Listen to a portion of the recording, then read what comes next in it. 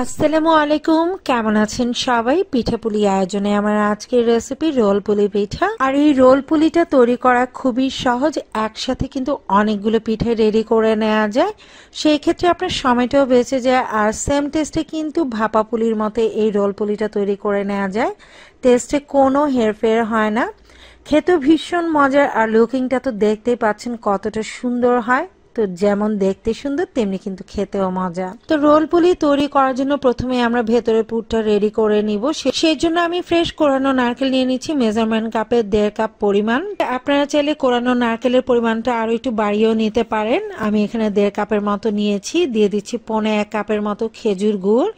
আর গুড়টাকে আমি এরকম আধ ভাঙা করে নিয়েছি। আপনারা চাইলে গ্রেটার দিয়ে গ্রেট করে নিতে পারেন, তাহলে খুব দ্রুতই দেখা যাবে গুড়টা মেল্ট হয়ে যাবে।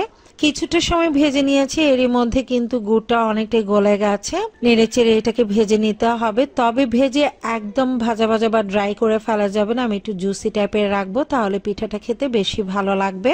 তা আমার নারকেলের পুরটা কিন্তু রেডি হয়ে গেছে। এই পর্যায়ে আমি এটাকে নামিয়ে নিব আর অপেক্ষা করব ঠান্ডা হওয়ার জন্য। এই ফাঁকে আমি রোল পুলির জন্য ডো রেডি করে নিব। আমি এখানে প্যানে নিয়ে নিচ্ছি মেজারমেন্ট কাপের 2 কাপ পরিমাণ পানি। লবণ দিয়ে দিচ্ছি হাফ চা চামচ পরিমাণ। নেড়ে চেড়ে লবণটাকে একটু মিক্স করে নিচ্ছি আর অপেক্ষা করছি পানিতে বলক ওঠার জন্য।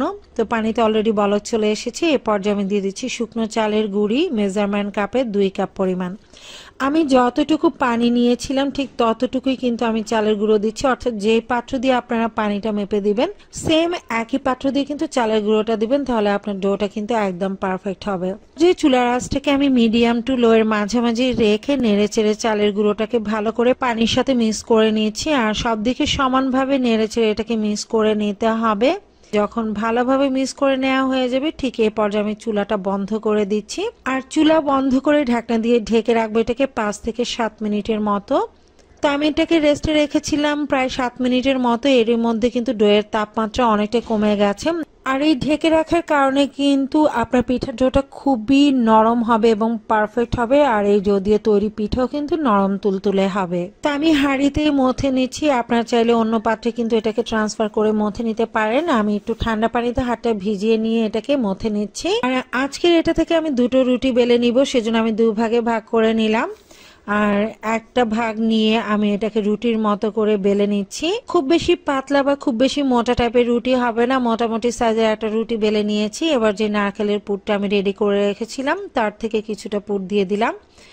আর পুর দিয়ে খুব ভালো করে এটাকে সেট করে নিতে হবে। আর আমি যে নারকেলের পুর নিয়েছিলাম সেটা আসলে পরিমাণে একটু কম হয়ে গিয়েছে, তো আপনারা আর একটু বাড়িয়ে নেবেন, তাহলে পুরটা বেশি পরিমাণে হবে। আমি অর্ধেকটা এই রুটিতে দিয়ে এটাকে সেট করে নিচ্ছি। এবার জাস্ট রোলের মতো করে এটাকে পেঁচিয়ে নিচ্ছি। স্ক্রিনে লক্ষ্য করলে হয়তো বুঝতেই পারছেন কাজটা কিভাবে করছি। রোলের মতো করে এটাকে পেঁচিয়ে নিতে হবে আর লাস্টের অংশটা খুব ভালো করে একটু টিপে টিপে সিল করে নিতে হবে, যাতে করে পুরটা বেরিয়ে না যায়। আর লাস্টের 2 মাথার যে অংশ সেটাও আমি টিপে টিপে সিল করে নিচ্ছি। খুব ভালো করে এটাকে সিল করে নিতে হবে। 2 পাশের যে মাথাটা যেটা খোলা আছে সেই অংশটা ভালো করে সিল করে নিতে হবে। তো আমার একটা রোল পুলি পিঠা কিন্তু তৈরি হয়ে গেছে। আমি বাকিটা একইভাবে তৈরি করে নিব।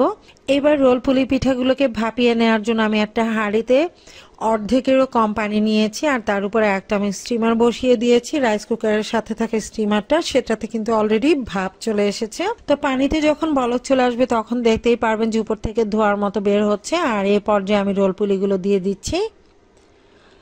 তা আমি 2টোর মতো রেডি করেছিলাম। এবার রোল পুলিগুলো দিয়ে এটাকে ঢাকনা দিয়ে ঢেকে আমি ভাপিয়ে নিব 20 থেকে 25 মিনিটের মতো। তো আমার রোল পুলিগুলো কিন্তু হয়ে গেছে। এর পর্যায়ে আমি এটাকে নামিয়ে নিব।